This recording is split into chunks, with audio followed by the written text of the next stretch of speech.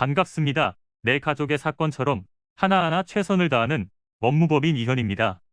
누구나 법적 문제가 생기면 심적으로나 경제적으로 큰 부담을 갖게 됩니다.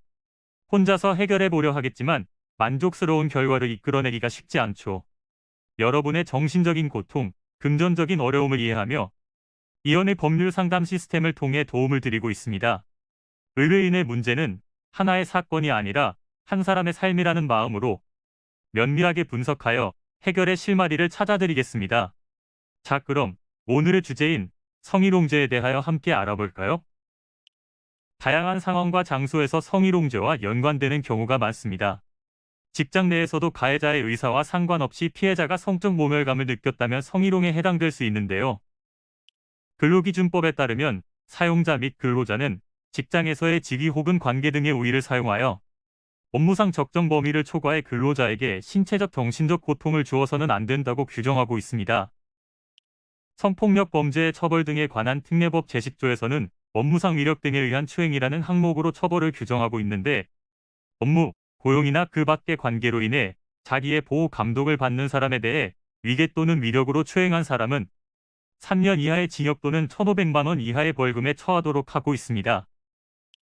직장 내 성희롱 처벌로 징계해고 등이 정당한지를 판단하기 위해서는 근로자의 행위가 직장 질서나 고용 환경을 악화시킬 정도로 매우 심하거나 반복적으로 행해졌는지를 확인해야 합니다. 육체적 행위에 의한 성희롱, 즉 언어적 시각적 행위를 넘어 형법상 강제추행죄까지 이르는 경우에는 그 비행위의 정도가 해고에 이를 정도로 중대하다고 할 수 있습니다. 개인적 무지에서 비롯된 발언이라고 하더라도 징계 양정의 감경 사유가 될 수는 없습니다.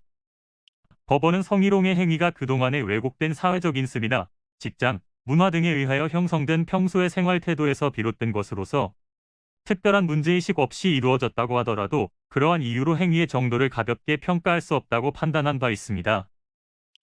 고소를 준비하는 입장이라면 형사고소와 민사고소 중 어떤 식의 방향이 적합할지 판단 후 철저한 증거 및 증인 수집으로 준비하시고 가해자로 지목당한 경우라면 변호사와 함께하여 일관된 주장과 진술로 차분하게 준비하시고 죄를 시인하는 경우 최대한 피해자와 합의를 하시는 것이 좋습니다. 인정할 부분은 인정하되 과장되거나 사실이 아닌 부분이 있다면 명확하게 주장하고 입증할 수 있어야겠죠. 이러한 대응은 법률 지식과 경험이 부족한 일반인에게는 매우 어려운 일이기도 합니다. 이는 간단히 분석될 문제가 아닌 경우들이 대부분이므로 꼭 법률적인 상담을 받아보는 것이 현명하다고 볼 수 있습니다. 그리고 가능한 한 긴 싸움이 되지 않도록 최대한 빠르게 조치를 취하는 것이 좋습니다. 미루면 미룰수록 사건에 대한 난이도가 높아질 수도 있기 때문이지요. 가벼운 병도 방치를 하면 상당히 무거운 병이 되듯이 이 또한 역시 사전에 바로 잡으셔야만 간단한 조치로도 해결할 수 있는 가능성이 높아지는 것입니다.